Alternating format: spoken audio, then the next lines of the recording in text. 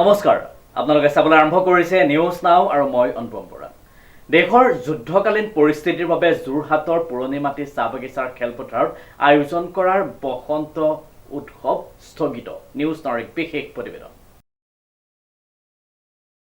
দেশৰ যুদ্ধকালীন পৰিস্থিতিৰ বাবে যোৰহাটৰ পুৰণি মাটি চাহ বাগিচাৰ খেলপথাৰত আয়োজন কৰা বসন্ত উৎসৱ স্থগিত। উল্লেখযোগ্য যে যোৰহাট জিলাৰ উপকণ্ঠৰ পশ্চিম যোৰহাটৰ মেলেঙিয়াল গাঁও, তিলিকিয়াম, বেজগাঁও পুৰণিমাটি চাহ বাগিচা ৰাইজৰ উদ্যোগত আৰু অঞ্চলৱৰ্তী ৰাইজৰ সহযোগত পুৰণিমাটি চাহ বাগিচাৰ খেলপথাৰত 12, 13 আৰু 14 মেত অনুষ্ঠিত হ'ব লগা ষষ্ঠদশ বাৰ্ষিক বসন্ত উৎসৱ স্থগিত ৰাখিছে উদযাপন সমিতিয়ে।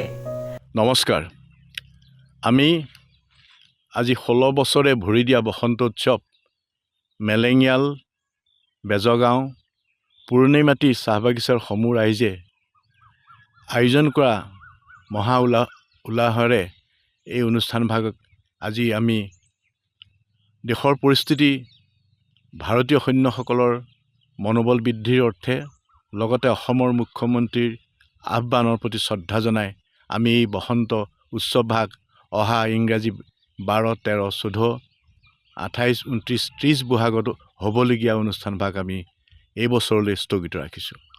ৰাইজে আমাক যথেষ্ট মৰম কৰি এই বিহুলৈ আমাক দান বৰঙণিও দিছিল আৰু এই বিহুলৈ আমাৰ প্ৰতি থকা শ্ৰদ্ধা আৰু সহযোগিতাৰ প্ৰতি আমি শ্ৰদ্ধা জনাইছোঁ। অনাগত ভৱিষ্যতে এইসকল ৰাইজৰ প্ৰতি আমাৰ সহযোগিতা থাকিব। লগতে আমাৰ এই অঞ্চলৰ বিভিন্ন মানুহে আহি আমাক যথেষ্ট মনোবল বৃদ্ধি কৰিছিল বিহুভাগ পাতিবৰ কাৰণে।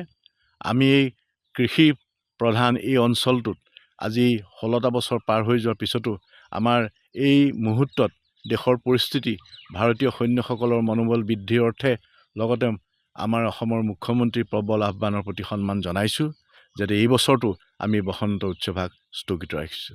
উল্লেখযোগ্য যে দেশৰ যুদ্ধকালীন পৰিস্থিতিৰ বাবে মুখ্যমন্ত্ৰী ডক্টৰ হিমন্ত বিশ্ব শৰ্মাই ঘোষণা কৰা আহ্বানৰ প্ৰতি সঁহাৰি জনাই বসন্ত উৎসৱভাগী এই বৰ্ষৰ বাবে স্থগিত ৰখাৰ সিদ্ধান্ত গ্ৰহণ কৰাৰ লগতে এই ক্ষেত্ৰত ৰাইজৰো সহযোগিতা কামনা কৰিছে উদযাপন সমিতিৰ সভাপতি ভৱেন তামুলী আৰু সম্পাদক দীপক গগৈয়ে।